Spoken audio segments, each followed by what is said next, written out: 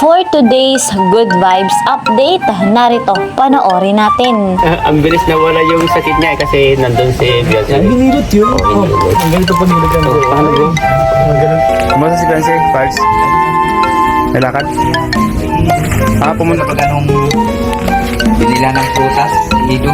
Naku nga, kumpirmado na ang mahusay na albularyo ginamot si Kalingap Edu, kaya pala inspire maglaro ng basketball. Napaka good vibes ng ating topic ngayon. Isa munang magandang araw at gabi sa inyong lahat saan mang sulok ng mundo. Special shout out kay Madam Teresita Punla, kay Madam Norma Mapanaw, kay Sir Joe Limpas from Tabogon, Cebu, at kay Madam Shirley Balakanya. Special shoutout po sa inyong lahat. Mega love shoutout naman sa mga ka-member ko sa Kalingap Reactor Partner, gayon din sa mga OFW at mga silent viewers dyan. Mega love shoutout po sa inyong lahat. Lagi ko namang paalala ang ama ng Kalingap, Kuya Val Santos Matubang, gayon din si Kalingap Rob, kasama ng kanilang may bahay, Ate Edna Vlogs and Jackie Tapia. Sama-sama po nating suportahan at tangkilikin yung kanilang vlogs.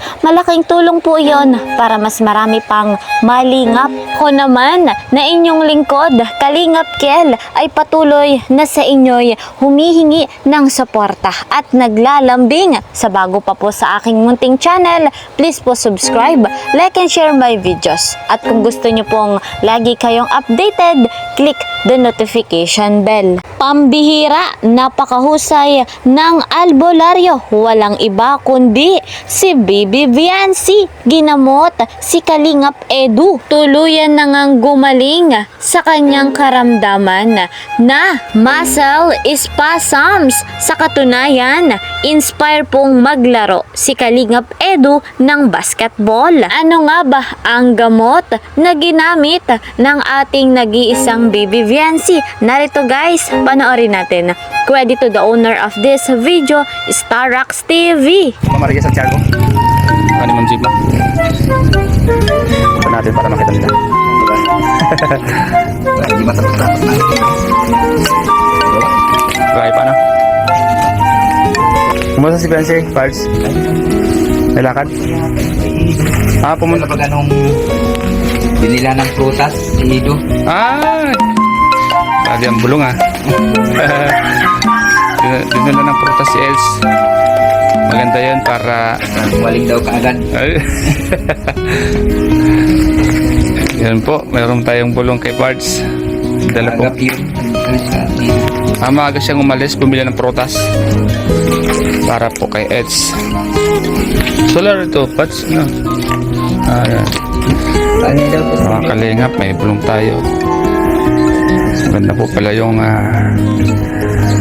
nangyari ngayon mga kalingap, at nagkasagap tayo ng matinding bulong. Bumili po pala ng prutas yan siya dinala kay Edge. Grabe mga kalingap, ang bulong natin kay mula po sa tatay ni Beyonce. Ang bulong, bisita para madaling gumaling. Ang sweet, grabe mang gamot si Bibi Viancy. Dinalhan pala ng prutas si Papa Eds. Yaan po ay matinding bulong ng ama mismo ni Viancy. Eto guys, panoorin natin ito. Ano nga ba ang ginawa pa ni Bibi Viancy para tuluyang gumaling si Papa Eds? Good vibes lang tayo mga kalingap. Panoorin po natin ito. Credit to the owner of this video, Gilumags TV. Ang bilis na Tawa siya. Huli ka mo. ang bilis na wala yung sakit niya kasi nandun si Beyonce. Binilot yun. Oo, binilot. Ang ganito pag nilot yan. Paano bro? Ganun lang ako niya dito. Ako sabi ko nga kay Kalingap Edu, bro, ako na lang maghilot sa'yo. Wala, iba bro, iba yung kamay mo, iba yung kamay. Magaspag daw yung magaspag yung kabay. Siyempre, nandun yung kasi, yung hilot ni Beyonce may kasamang pagmamahal. Nandun kasi yung pagmamahal, yung kasi ikaw ba naman hihilutin ng labs mo tapos yung lambing mo na ganyan. Oh, grabe. Ako din bro.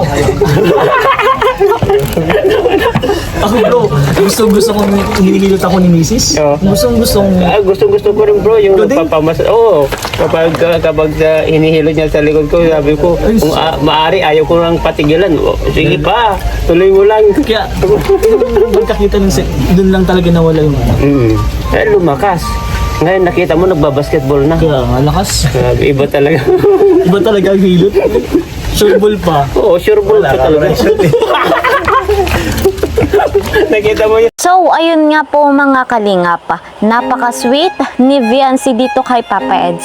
Kung totoo man o hindi na hinilot si Kalingap Edu, ang mahalaga, nagpakita siya ng pag-aalala at pag-alaga dito nga po kay Papa Eds. Batid na nga po natin ang kanilang tunay na pagmamahalan. Yung part 73, guys mga kalingap, ang lupit, talagang hindi na nila mapigilan yung kanilang nararamdaman. Road to Edsy Forever Love na ang love team na ito. Hindi naman masama sapagkat malapit na nga pong magdibo si Viancy at yung kanilang pagmamahala naman ay hindi na natin maitatanggi pa.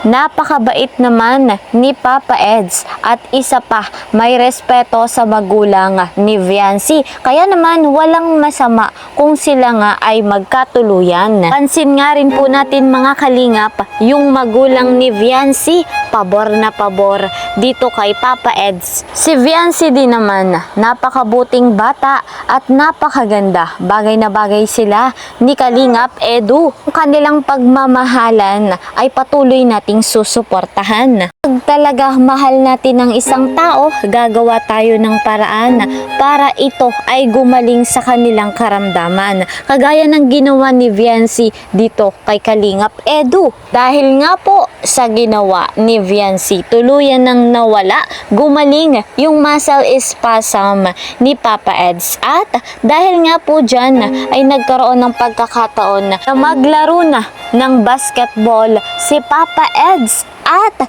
inspire po ito.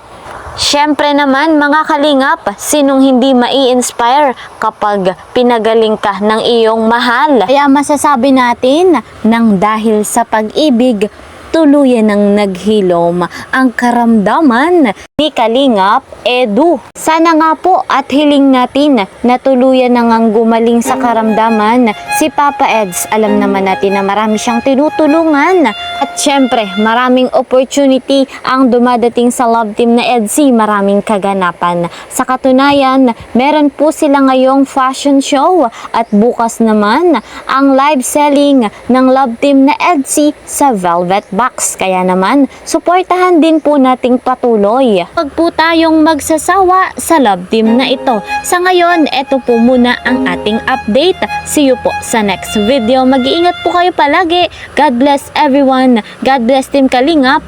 Bye-bye!